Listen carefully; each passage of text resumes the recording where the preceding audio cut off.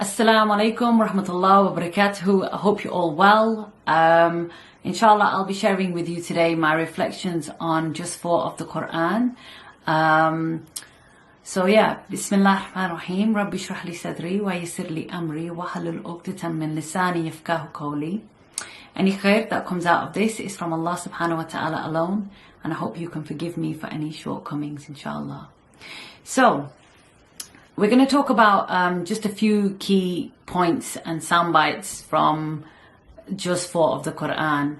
And this particular surah starts with the end of Surah Al-Imran. And Surah Al-Imran, it said about Surah Al-Imran, the last verses of Surah Al-Imran, the Prophet ﷺ would recite these verses often and ponder over them very carefully. And in this particular section of the Quran, Allah subhanahu wa ta'ala defines the Islamic outlook through debate with people of the previous revelations and kitab, but also the hypocrites of that time.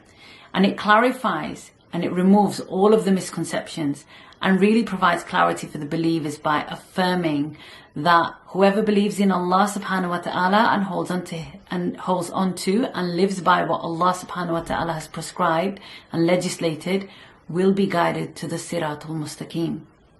And so we're again told to hold firm to that which Allah has prescribed for us and to live our life every day by being conscious of Allah subhanahu wa ta'ala. And that means to be present and to be at one by having taqwa in the way in which we live, in the way in which we speak, in the way in which we connect, in the way in which we seek justice in every aspect and, every regard. And what I find amazing about this is obviously it's the month of Ramadan at the moment. So naturally when you're fasting, you feel a lot more connected to Allah.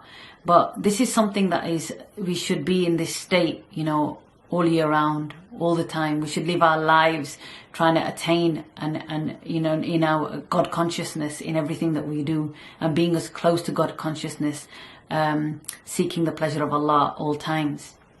Allah says that you're the best of people that will do good. You're the people to do what is ma'ruf. And the legislation that Allah has commanded for us is ma'ruf. Ma'ruf meaning good. And anything that is not from the legislation of Allah is munkar, i.e. it's wrong. And so taking this into account, we should question our ethics and our motives and the basis from which we derive our reason to be and to do and keep ourselves in check, so that we're close to God consciousness at all times. This chapter also draws on the challenges that the Muslims faced and how important organizing, unity, structure and mutual respect and intentions are for not just for individual success, but also for collective success. And there is much to talk about in this regard, especially at the moment. We're in this situation with COVID-19. There's a global pandemic. You've got a global lockdown. It is affecting the global economy.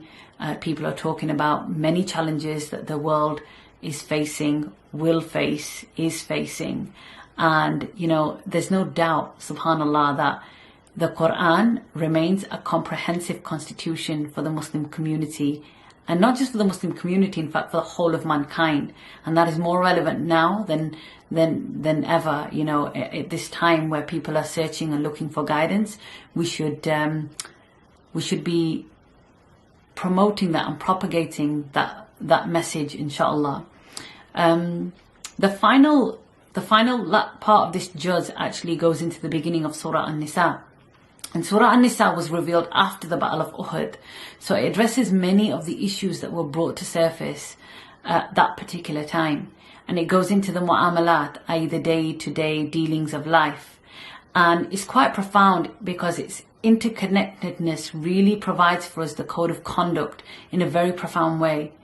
Reminding us to fear Allah, and at the same time talking about family, society, disassociating from oppression and upholding and honouring the rights of the weak, women, children, orphans and migrants. So again, many of the challenges that we see and are faced with today. But that interconnectedness, that fear of Allah, but at the same time talking about these issues, it's a reminder that to be connected to these issues is a part of our God consciousness. And I'll leave you with a verse from Surah Al-Imran, inshallah. And the verse is, Allah says, "Believers, be patient in adversity and let your patience never be exhausted. Be ever ready and fear God so that you may prosper." May Allah accept from us our siyam and our qiyam and allow us to be of those that are always in a state of God consciousness. Jazakum Allah khair. Wa alaikum assalam wa rahmatullah.